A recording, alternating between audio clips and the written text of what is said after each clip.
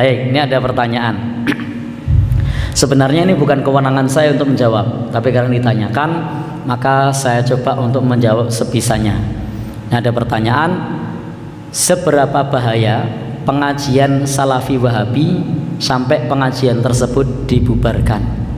Saya tahu maksud penanya ini, karena kemarin ada pengajian yang diisi oleh Ustadz Syafiq Reza Basalamah yang dibubarkan oleh ormas tertentu. Nah, baik. Saya tidak tahu kenapa pengajian tersebut dibubarkan. Lebih jelasnya tanyakan sama mereka. Kenapa dibubarkan? Saya mencoba beberapa saat yang lalu membaca, salah satunya karena pengajiannya dianggap provokasi, dianggap pembuat onar, dan dianggap itu adalah kumpulan orang-orang Hizbut Tahrir.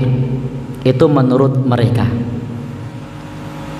Padahal antara Hizbut Tahrir dengan Salafi Wahabi itu dua hal yang berbeda. Ideologinya juga beda. Itu beda. Nanti lebih jelasnya bisa tanyakan saudara kita yang di sebelah ini, yang paham dengan keduanya. Yang pertama, Salafi itu taat dengan penguasa yang sah, meskipun penguasanya itu zalim. Jadi Salafi itu taat dengan penguasa yang sah, meskipun penguasanya itu zalim.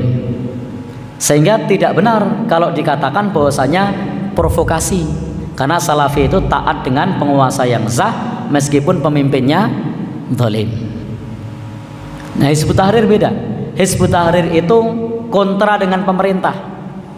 Hizbut Tahrir itu salah satu perjuangannya adalah untuk mengimbangi dominasi media dari pemerintah. Sehingga isi dari media-media Hizbut Tahrir itu adalah kritik terhadap kebijakan-kebijakan pemerintah. Sementara kalau Salafi itu jangankan untuk mengkritik, ngerasani saja mereka tidak berani. Jadi orang Salafi itu ngerasani saja tidak berani, apalagi mengkritik. Tapi kalau Hizbut Tahrir itu biasa mengkritik kebijakan pemerintah. Salafi tujuan dakwahnya adalah menegakkan tauhid. Kalau ditanya apa tujuan dakwahnya, dakwahnya adalah menegakkan tauhid. Kalau Hizbut Tahrir tujuannya apa? Menghidupkan kembali Nabi Ustaz khilafah Islamiyah. Jadi tujuannya adalah menghidupkan kembali khilafah Islamiyah. Jadi beda. Maka tuduhan itu tidak benar karena beda.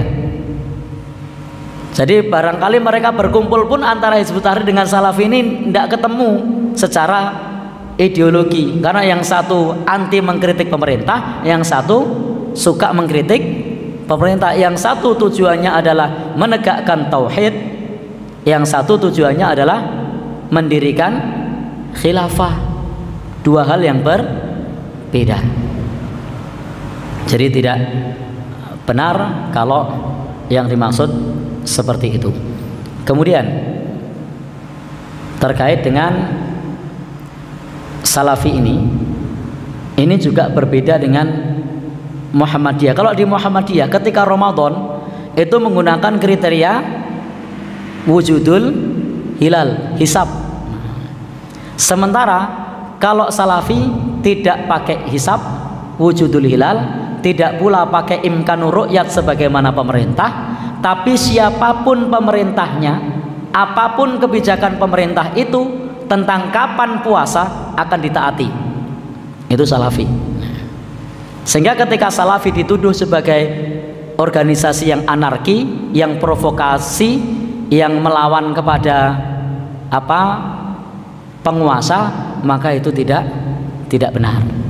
Tetapi kalau kemudian disebut sebagai organisasi, salaf disebut organisasi, itu juga tidak benar, karena salaf itu tidak ada pimpinan pusatnya, tidak ada pimpinan daerahnya, tidak ada pimpinan wilayahnya, tidak ada pimpinan cabangnya, tidak ada pimpinan rantingnya, dan tidak punya anggota pasukan keamanan.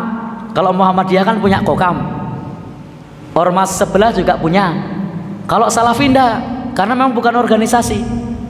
Salafi itu bukan organisasi. Kalau Hizbut Tahrir, betul, Hizbut Tahrir itu organisasi dan sudah dibubarkan organisasinya. Nah, kenapa harus diungkit-ungkit lagi? Sudah dibubarkan organisasinya Hizbut Tahrir itu. Tapi kalau Salafi itu bukan organisasi. Maka ketika banyak para thalibul ilmi yang pulang dari Universitas Islam Madinah, yang pulang dari Timur Tengah, yang mereka kemudian berdakwah di negeri kita, yang mengusung satu tema dakwah untuk kembali kepada Al-Quran dan As-Sunnah, untuk tasfiyah, memurnikan ajaran Islam, maka itu adalah gerakan mereka. Itu adalah kesadaran siapapun yang mereka ingin kembali kepada Al-Quran dan As-Sunnah. Jadi tidak punya organisasi, tidak punya organisasi.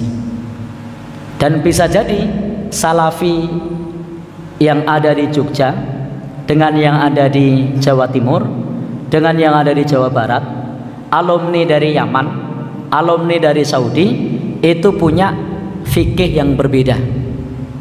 Jadi punya fikih yang berbeda.